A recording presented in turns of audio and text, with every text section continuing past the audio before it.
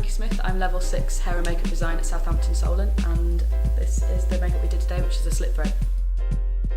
So first I'm cleaning the skin with an alcohol cleanser, so it's a 99% alcohol, and then I'm putting prosthetic down, which is a prosthetic adhesive, and here I'm just lining up the prosthetic and making sure there's no folds in it. As you can tell, there's a little fold in it, but it's quite good because the thinness of the silicone can be blended out quite easily. I'm just making sure all the edges are stuck down, and then I go back in with more prosthetic, just stick it down at all the edges, and then I begin to blend out the edges of the baldies, which is the cap plastic around the silicone, and that's blended out with the IPA again, and that's just kind of get all the main bulk of it off before blending out. That's the bit that takes the longest. And then I powder over the top with just a clear powder. Talc can be used as well, or any loose powder. That takes the shine away from the edges and also makes sure the glue isn't sticky anymore. And then I begin to colour the piece further to match with Jack's skin tone with alcohol activated paints. These are really good because for all the makeup artists they're self-cleaning because they're used with alcohol, so you don't have to worry about cleaning down your kit each time. And it also by flicking the paints, it also gives a lighter coating. And then I go in and colour with red to show skin irritation on the skin, and it helps cover up my bad edges. And I just begin to clean up with more alcohol to kind of blend the colours away.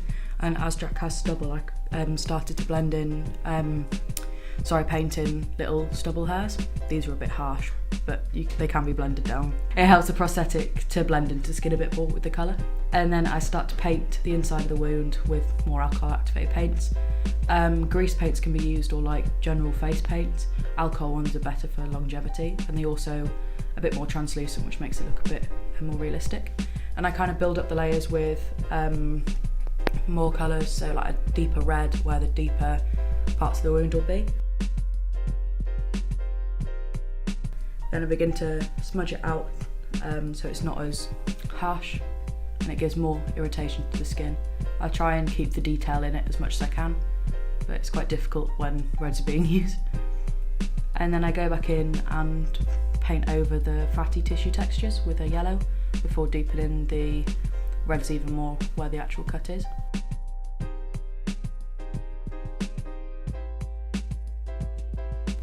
And then my favourite part, I add fake pus.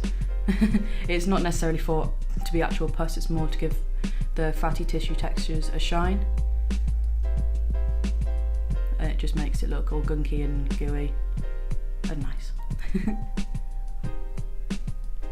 And then I begin to add the blood, which is the best part. I try not to cover up all the detail in this one because I didn't make the prosthetic deep enough.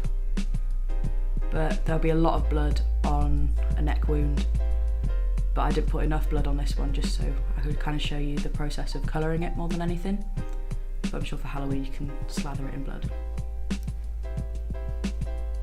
But I make sure the blood is kind of pooling in the bottom parts of the prosthetic where it's deeper. Makes for a cool photo, that bit.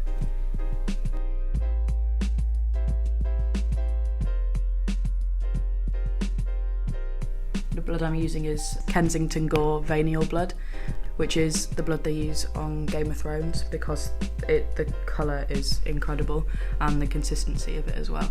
That's my favourite blood to use. And here I'm just cleaning up different little bits of it.